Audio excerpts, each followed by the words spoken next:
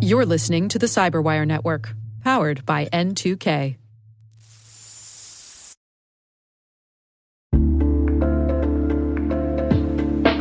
Hey everybody, Rick here. You've all heard me blathering on this year about my latest book, Cybersecurity First Principles, a Reboot of Strategy and Tactics. Well, we've turned it into an on-demand course featuring me, yours truly, as the instructor.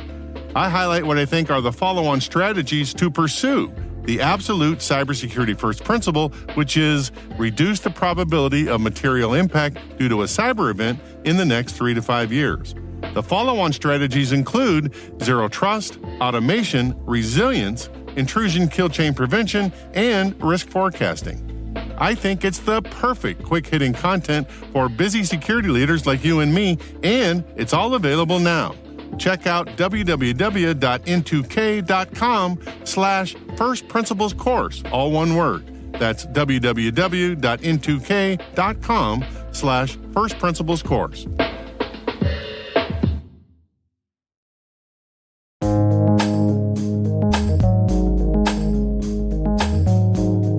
The word is CVSS.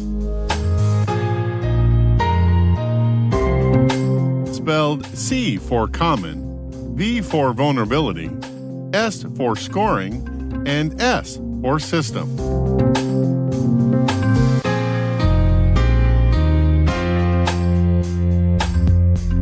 Definition: a qualitative public framework for rating the severity of security vulnerabilities in software.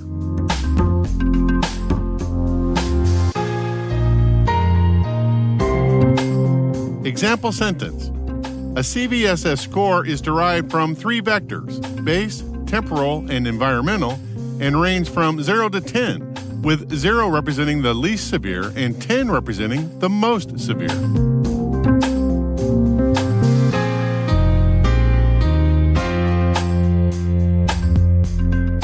Origin and context. In the early 1990s, the InfoSec community didn't have a common language around vulnerabilities and exploits to compare notes with peers and pundits.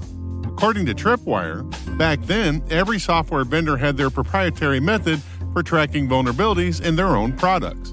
Security professionals had no way to know if vendor A's vulnerability was the same as vendor B's, or if they were 2 separate issues. We were kind of on our own. That started to change in 1999 when MITRE's David Mann and Stephen Christie wrote the white paper Towards a Common Enumeration of Vulnerabilities. That same year, NIST's Computer Security Division created the Internet Categorization of Attacks Toolkit, ICAT, the first integrated exploitation and vulnerability list. Mann and Christie proposed creating a common vulnerabilities and exposure list, CVE, that the entire community could use, and the idea quickly gained traction. The very first CVE list contained 321 vulnerabilities, chosen after careful deliberation and consideration of duplicates. By 2002, the CVE list contained more than 2,000 software vulnerabilities, and NIST recommended that the U.S. government use only software that used CVE identifiers. By 2005, ICAT had morphed into the National Vulnerability Database, NVD, designed to enrich the CVE list with risk and impact scoring using the Common Vulnerability Scoring System, CVSS. Introduced by the U.S. National Infrastructure Advisory Council, NIAC, that same year. According to TechTarget, CVSS version 2 was released in 2007 and was seen as a significant improvement over the original version. It had fewer inconsistencies, provided additional granularity, and more accurately reflected the true properties of IT vulnerabilities. CVSS version 3.0, released in June 2015, tweaked the scoring algorithms to more accurately reflect the reality of vulnerabilities encountered in the world. CVSS version 3.1, released in June 2019, focused on clarifying and improving the standard. Today, the standard is maintained by the Forum of Incident Response Teams, FIRST. As of this writing, CVSS version 4.0 is available for public preview.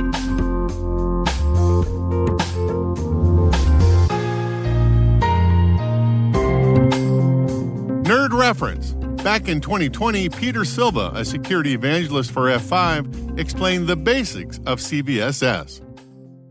CVSS was introduced in 2005 as an open framework for communicating the characteristics and severity of software vulnerabilities. It consists of 3 metric groups: base, temporal, and environmental. The base group represents the intrinsic qualities of a vulnerability that are consistent over time and across user environments. The temporal group reflects the characteristics of a vulnerability that change over time. And the environmental group represents the characteristics of a vulnerability that are unique to a user's environment. The big benefit of CVSS is that it's a standardized vendor and platform agnostic open framework that is transparent about how it derives a score.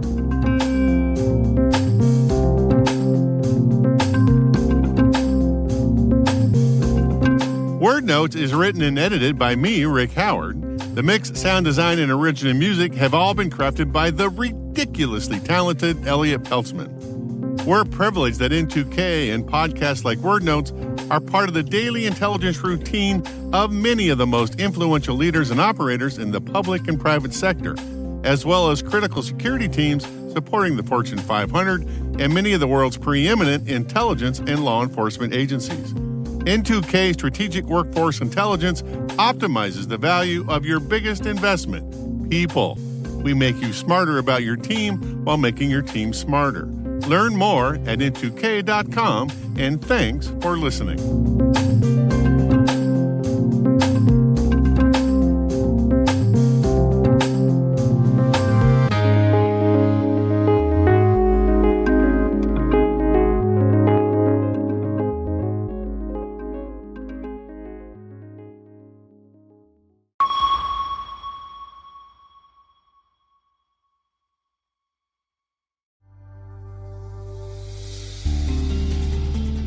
N2K has teamed up with AWS to bring you AWS in Orbit, a groundbreaking new series that explores the impact of space technology, cloud computing, and generative AI.